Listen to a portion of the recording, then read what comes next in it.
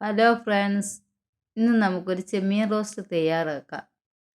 4 വല്യുള്ളിയും 3 തക്കാളിയും ഇഞ്ചി വെളുത്തുള്ളി പേസ്റ്റ്, 4 പച്ചമുളക്, കറിവേപ്പില.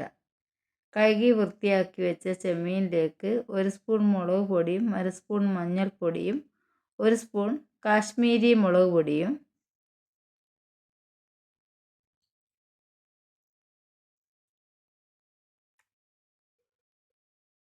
ആവശ്യത്തിന് ഉപ്പും ചേർത്ത് നല്ലപോലെ കുഴച്ച് വയ്ക്കുക. ചെമ്മീനിൽ നല്ലപോലെ മസാല പിടിക്കണം. ചെമ്മീൻ പൊരിച്ചിട്ടാണ് റോസ്റ്റ് ഉണ്ടാക്കുന്നത്.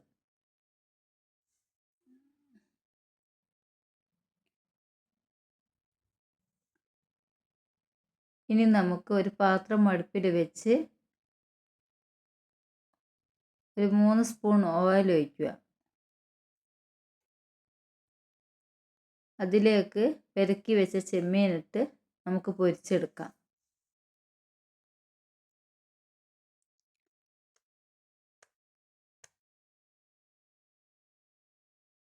ചെമ്മീൻ പൊരിച്ച് മാറ്റി വെച്ച അതേ വെളിച്ചെണ്ണയിൽ തന്നെയാണ് സവാള വഴറ്റുന്നത്. 4 സവാളയാണ് ചെറുതായി കട്ട് ചെയ്ത് വെച്ചത്.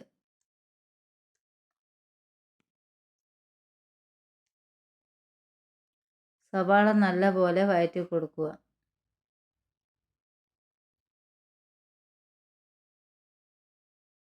ആവശ്യത്തിനുള്ള ഉപ്പും ചേർക്കുക.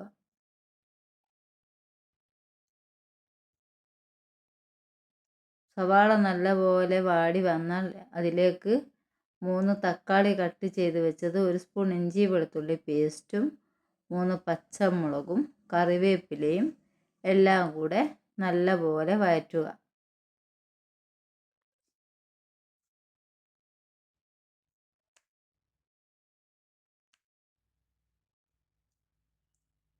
അര സ്പൂൺ മുളക് പൊടിയും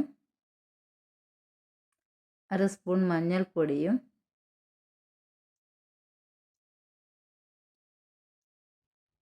1 സ്പൂൺ പെരിഞ്ജീരകപ്പൊടിയും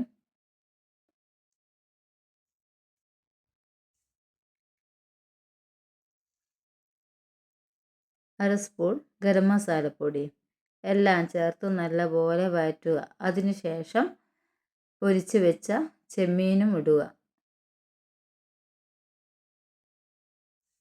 ചെമ്മീനും മസാലയും എല്ലാം നല്ലപോലെ യോജിപ്പിക്കുക.